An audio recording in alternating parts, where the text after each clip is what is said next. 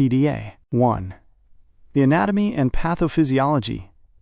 In the fetus, the ductus arteriosus connects the pulmonary artery to the descending aorta, allowing blood to bypass the non-functional fluid-filled lungs. Normally, it closes within hours to days after birth due to increased blood oxygen and decreased prostaglandins, becoming the ligamentum arteriosum. If it fails to close, it remains a patent ductus arteriosus, PDA. Because pressure in the aorta is much higher than in the pulmonary artery, blood shunts from the aorta back into the pulmonary artery, left to right shunt. The result: blood constantly recirculates through the lungs, right arrow, left atrium, right arrow, left ventricle. This causes massive volume overload of the left heart, eventually leading to left-sided congestive heart failure, CHF. 2. Classic signalment. Species: very common in dogs, rare in cats. Sex: females are predisposed, roughly 3-to-1 ratio.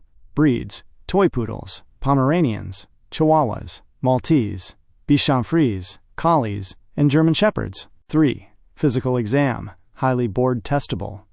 If you see these two findings in a young dog on a board question, you are diagnosing a standard left-to-right PDA. 1.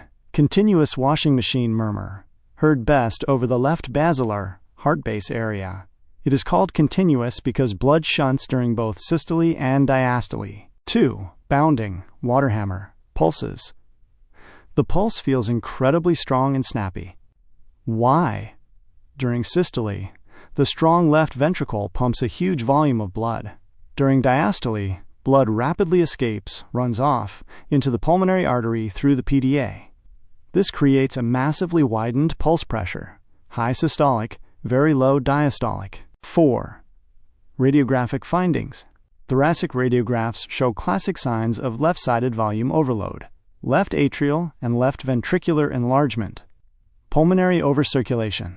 The pulmonary arteries and veins will be enlarged and tortuous because of the extra blood flow. The ductus bump, a specific aneurysmal bulge in the descending aorta right where the ductus attaches, seen on the DVVD view. Definitive diagnosis: echocardiography is the gold standard. It confirms the dilated left heart, and you can visualize the turbulent continuous flow through the PDA on color Doppler. The trick question: reverse PDA, right to left shunt. The BCSE loves testing the complication of a reverse PDA. If a left to right PDA is left untreated, the constant high-pressure blood flow into the lungs damages the pulmonary vessels, eventually causing severe pulmonary hypertension. Once the pressure in the lungs/pulmonary artery becomes higher than the pressure in the aorta, the blood flow reverses. It becomes a right to left shunt. Standard PDA, left to right. Reverse PDA, right to left. Murmur: loud continuous washing machine murmur. Mucous membranes: pink everywhere. Clinical signs: cough, exercise intolerance, CHF, pelvic limb weakness/collapse during exercise. Pathology: left heart volume overload, severe pulmonary hypertension, right heart enlargement, polycythemia, thick blood. Why differential cyanosis?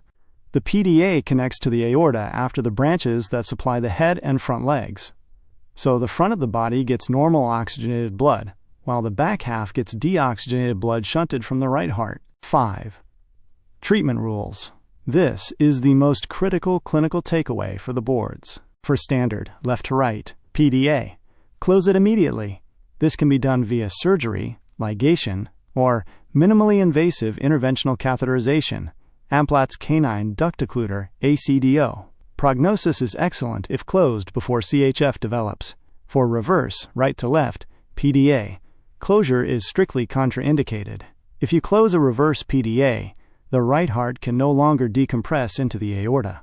The right ventricle will rapidly fail, and the patient will die. Treatment for reverse PDA, medical management only. Periodic phlebotomy to treat the polycythemia/thick blood, and sildenafil, Viagra, to help lower